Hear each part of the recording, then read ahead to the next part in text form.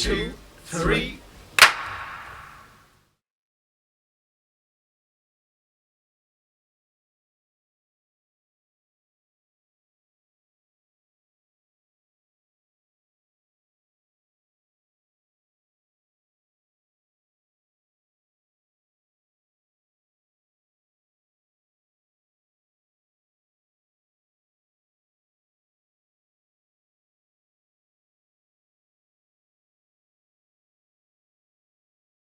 One, two, three. I'm M Butterfly. During the lockdown, I did a session in a hand-built stage studio performance space, and it was very cool and very technical, and it had like a button you press with your foot to turn the lights on and off, and all these little shelves, and it looked really cool. It looked really, really cool. So I'm a songwriter who takes the writing part of it very seriously and it's very much a craft for me, and I find writing songs to be agonizing, I suppose you could say, and I find recording songs to be even worse than that. So why do I do it? It's to play songs to people and to finish a song and be able to perform them. And in February of 2020, I did a really lovely gig at the Black Dove, and it was packed down there, and I played some songs, and it was everything that I do this for. And then, of course, the COVID lockdown restrictions came into place, but with no live performances on the horizon, I was left with writing and recording music, which are two of my least favourite things to do. And particularly with no gigs in sight, then I stopped finishing songs as well. And what happens with me is I get so obsessed lyrically with a song, and I get obsessed with the lyrics, but with nothing to push that for me. I ended up just writing lots and lots of lyrics and not finishing or condensing or editing them, and it was just very aimless. It became sort of damaging for me almost to just be writing with obsession rather than with focus and craft and heart and everything. And then Tim's offer to do a performance in this wonderful hand-built space suddenly gave me a reason to condense and finish these songs and to kind of work them all into a set, which is something that had already, in a matter of months, had just become such an alien, inconceivable thing. So Tim did a really, truly wonderful thing for me here, because he was not only able to give me a space to perform some songs for people to watch without breaking any lockdown restrictions, but he also allowed me to finish some songs. And I genuinely believe songs that I did after that were influenced by the burst of inspiration and energy I had from that.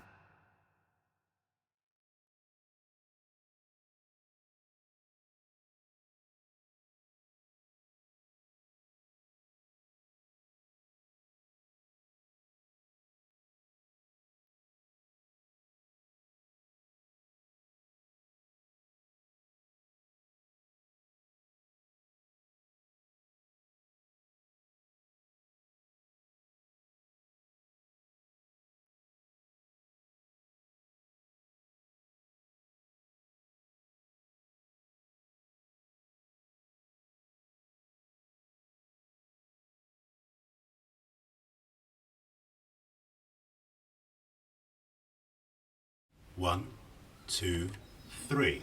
Hello, I'm Ardaya, doing a box concert. When Tim asked me, I was a bit worried because normally my suitcase that I take to gigs is about the size of this box. But I thought I'd use the opportunity of doing something intimate just to play a few songs on this, my new harp, which I got over lockdown, and which has actually been a bit of a friend, I guess, for me, because I live on my own with a cat, and I always feel bad saying alone, because like the cat would know and judge me. Anyway, having this and being able to play something that vibrates so much and that you hold, and like I've been putting my ear to it and feeling the vibrations, has been such a lovely thing. It also does feel like a bit of a risk because I'm not great at it, but why not? What is life without risk? So yeah.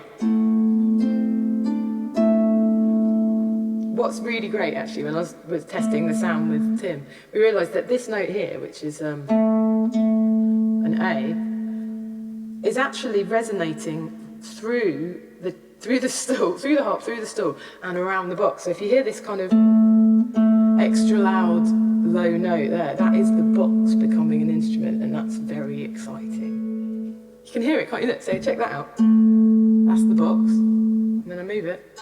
No box, that's science. I like the idea that my shows are always educational. Excellent. It'd be great when we get to share these vibrations together. Ooh,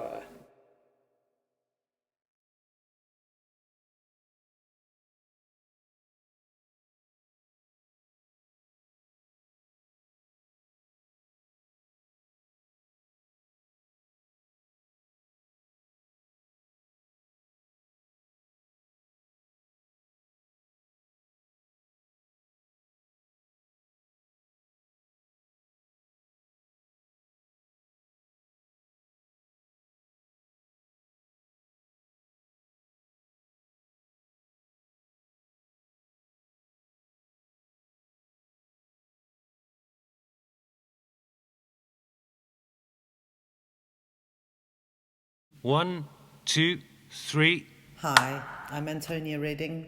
I'm a singer-songwriter and a musician. I lived in Brighton for many years, and whilst in Brighton, performed regularly on the open mic circuit. Brighton has abundant opportunities for an artist to try out their material.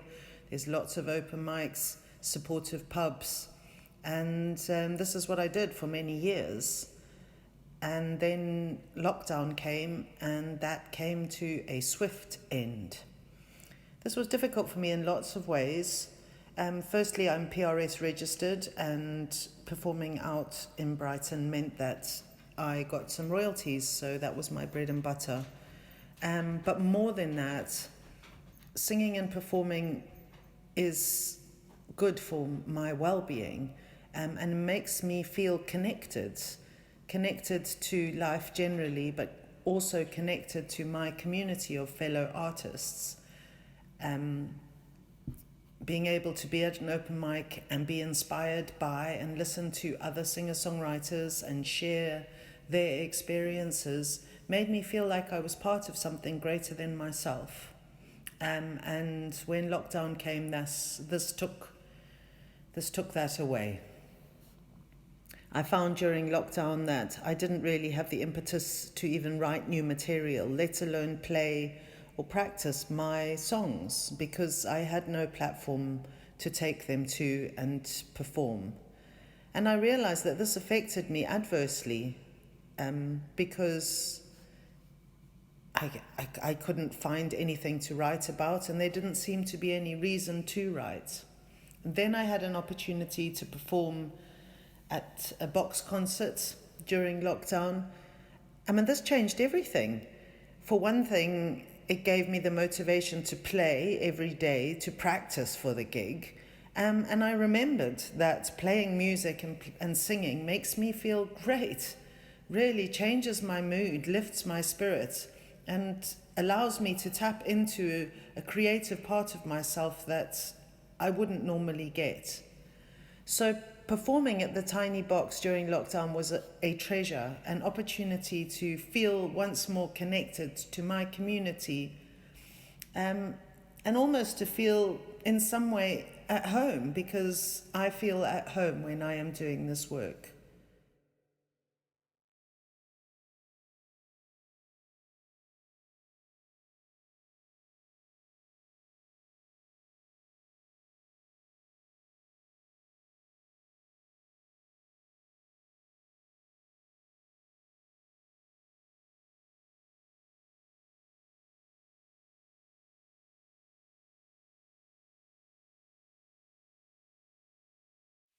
One, two, three. Hi, my name's Mike Ross. I'm on this tiny little stage. Thanks, Tim, for inviting me on. One of the things that's been hardest for myself and I know for a lot of other musicians like me who are used to making a living from playing music and keeping on the road and stuff is how to keep the kind of passion and the enthusiasm up for it when most of the gigs that we've been doing, you know, they're not in tiny boxes, but they've been in small spaces with little or no audience for the past 12 months or so. And there's no easy answer. There's something that you find in a lot of creatives, artists and musicians and everybody in creative industries.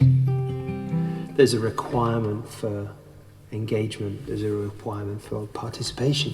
And there's art with no engagement is hard to keep it up, you know. So this is great, you know. But gigs are coming back, and when they're coming back, hopefully I'll see some of you guys at some of my shows. And God willing, and with a strong wind behind us, we'll all be back to shows by the autumn.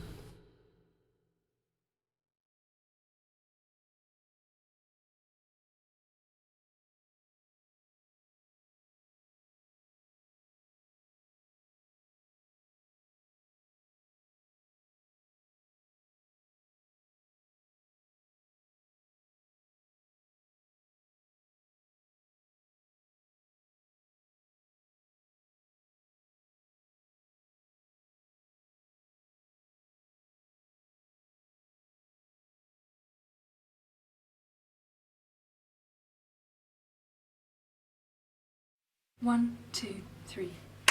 So my name is Leon Carter, and I was lucky enough to play a box concert, which was really cool. I really enjoyed it. It was a funny old time not being able to play to people. I did like a little online gig, and that was really nice actually, but a little bit weird. Kind of weird not playing live because it really gives me a buzz and a lift. And that buzz and lift kind of sticks around for quite a while. Yes, I did miss that. I did quite a lot of recording in lockdown, and that kind of really helped. But it was really cool to do a box concert. When I got inside the box, and then it all went dark, and then I forgot that I was by myself, and it felt like there was people there watching almost, and then it felt like a performance. Before I've like set up a video and recorded myself just playing, and it's kind of hard to get relaxed, and I've always been quite critical of how like it's kind of like turned out, but I'm really pleased with how it come across on there. And it's really nice being in the box because like the natural acoustics of the box kind of just amplified the voice and the guitar just in itself. It was a really nice sound. It kind of felt like you was inside a speaker almost, like inside a speaker cabinet. It was really cool. I love the box concert. I think they're great, and there's a nice variation of people on there as well. So yeah, that's my experience of the box concert.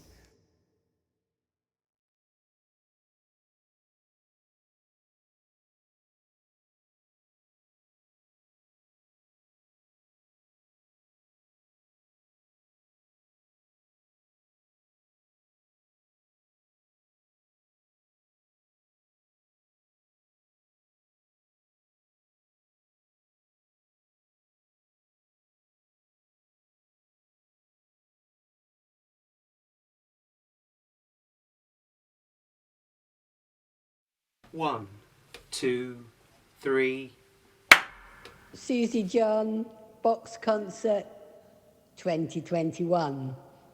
Well, when I first heard that Tim had created Box Concert, an online platform during lockdown. I was absolutely thrilled because I had been writing for a couple of years at that point and had just decided, New Year of 2021, that I might have to build my own studio in my cupboard.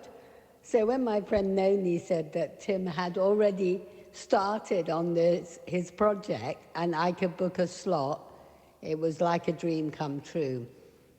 So obviously I spent a few months editing and preparing my set, and when I arrived, I did go and have a little look beforehand, so I knew where I would be delivering the work, and had a little sit down on the seat and felt the box around me. But the actual act of doing the show was just like being on the stage. Even though there was no one else there, I definitely was reaching out to my audience. So it was an amazing experience, and I was really grateful. And another milestone on the way to being brave about being an artist and answering the question, can art save the world?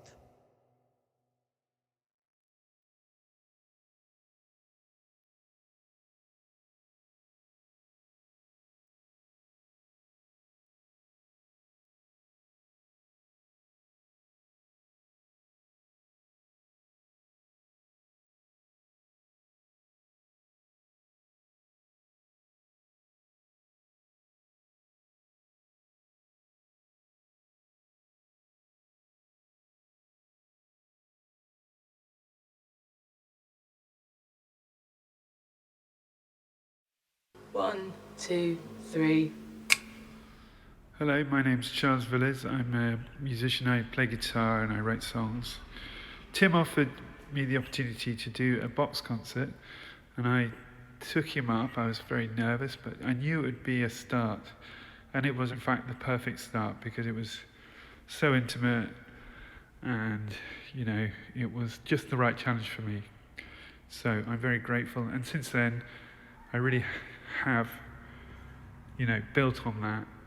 And I do trace it back to that. That was one of the pivotal moments of my musical life.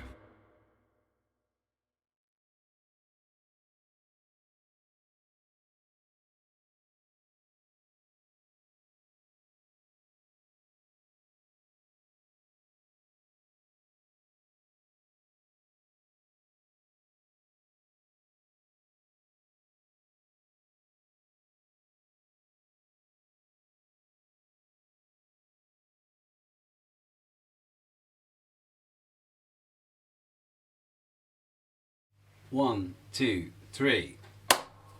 My name's Nicola Suzanne, and I'm a storyteller. When lockdown first hit, I never thought it would go on for very long. But as the days stretched into weeks, stretched into months, as the lockdowns recurred again and again, and the restrictions on social interaction became more and more draconian, and people became more frightened and more confused and more alienated, it felt like I'd been struck dumb and become invisible. There was nowhere to share the stories that I'd been given, the ones that I loved, the ones that might amuse people or inspire people or entertain them or comfort them. Because when times get really difficult, I think you need stories more than ever. So when Tim offered me the chance to do some storytelling on his wonderful box concerts, it was like an absolutely magical opportunity, magical in the sense of the old magician's Victorian cabinets, magical. It's a tiny little environment, but it blazes with lights and stars and colour. I realised just doing half an hour in that little magic box just what it was I loved about storytelling. I reconnected with its power, which I seem to have lost for such a long time, and the idea of continuing to tell stories and write stories suddenly became not just a a possible idea, but an actuality. Not to be able to share the things that you would like to at least offer to other people, whether they are songs, whether they are music, whether they're stories, whether they're paintings or writing, is like, yes, it's like being silenced, it's like being invisible, and it's having your hands tied behind your back. So to have an outlet was not only a lifesaver, it was also a completely life enhancer. It was like having a massive injection of, yes, you can still do this. This is fun. This is worth it. Energy. Suddenly you weren't invisible anymore. You weren't struck dumb anymore. And there was a way to communicate with all those people out there, maybe one or two of whom might like to listen.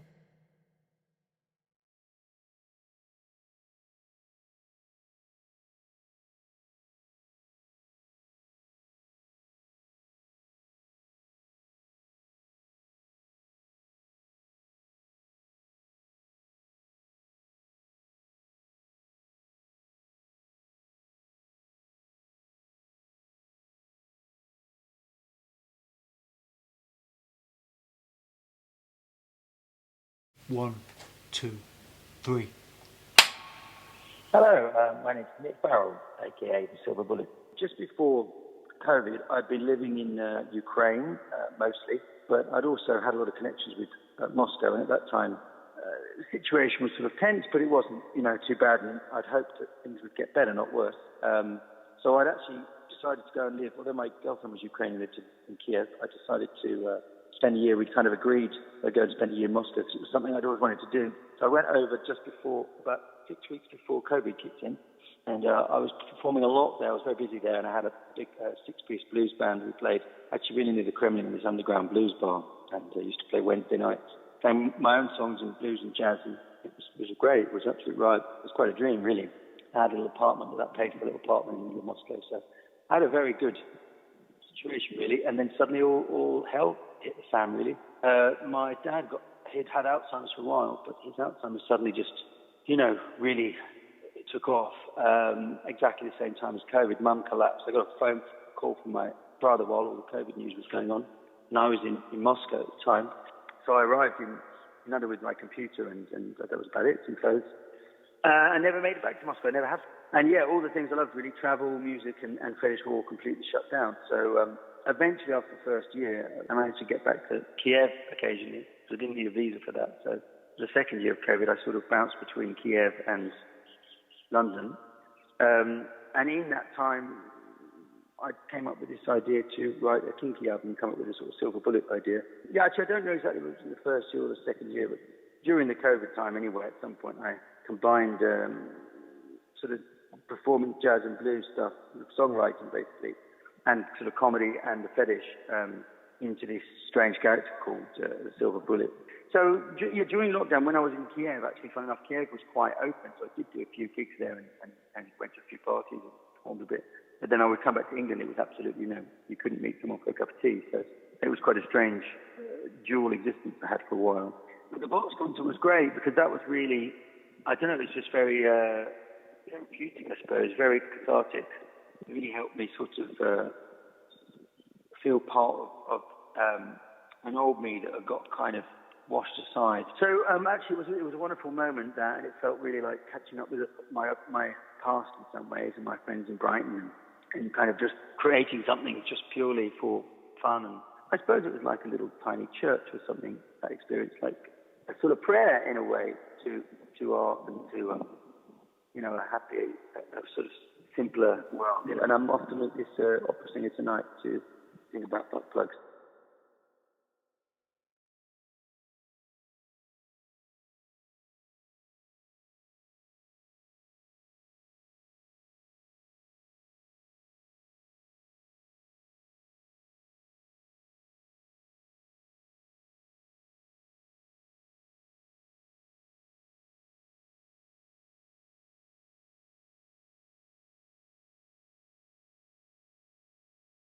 One, two, three.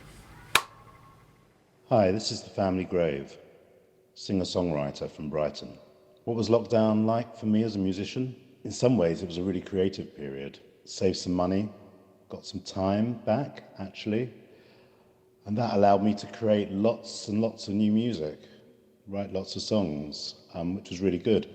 We didn't play live, of course, so the box concerts were a superb idea. Not just the opportunity just to sit and play some songs, but just the whole concept, really, of playing to no audience just captured the zeitgeist of the lockdown brilliantly. It's also a really cute space. As a player, I found the experience really strange, to be honest, and disorientating. I'm not sure I liked what came out of my box concert. I kind of felt that I needed to do it again and again, just to kind of feel comfortable in the space. But that was me. That was more about me than the box. What was life like after lockdown? Quite challenging, quite competitive. It seemed like literally everybody who made music had been writing songs and producing new music during lockdown, and it all seemed to come out as society came out of the pandemic. Being able to play live again was great. But again, it was really competitive.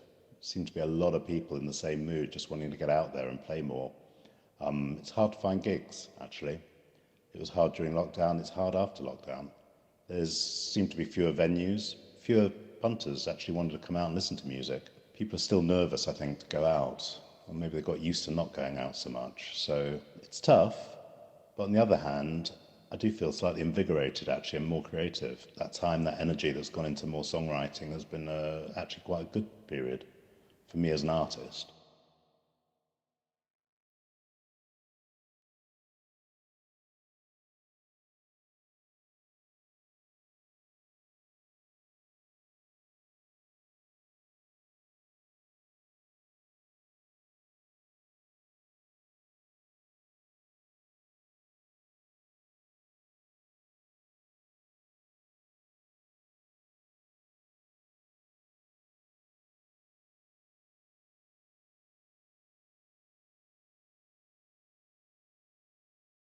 One, two, three. Hi, I'm Lindsay Oliver. I'm a professional musician, and I was the one that was measured for the box. I think the lack of playing happened, it was literally overnight. And we went from everything was normal to having nothing, like no work, no income, just like that. And I think maybe as it was thought, it might be for a couple of weeks, and you think, okay, we can deal with that. And it just went on and on and on. And we were utterly not. Nobody paid any attention to the people that needed to be in public.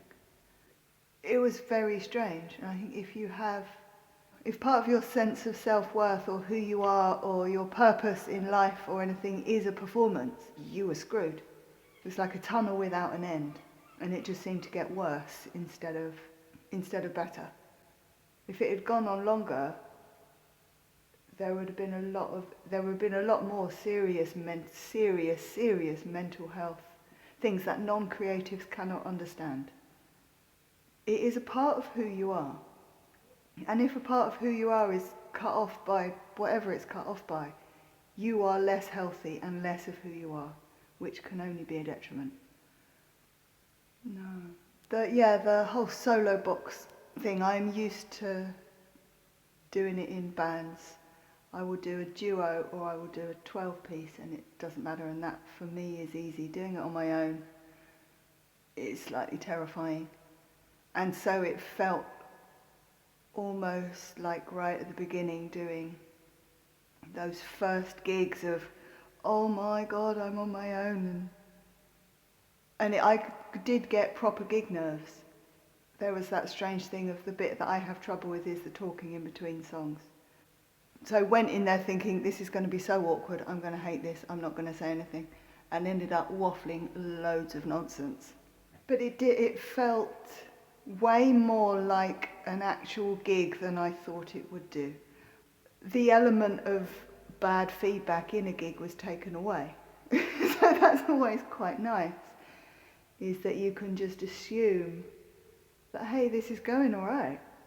It was nice to feel a part of something, even though we were doing it on our own. We were part of this collective trying to bring creativity back. No, not really bring it back, but to try and keep it alive with the awareness of how important it is. And I think just knowing that the box was there meant that if I'd have gone up and say, hey, can I do one now? you know, can I do a gig now? The answer would have been yes, and that hadn't been, in every other space, that wasn't available, that had been taken away.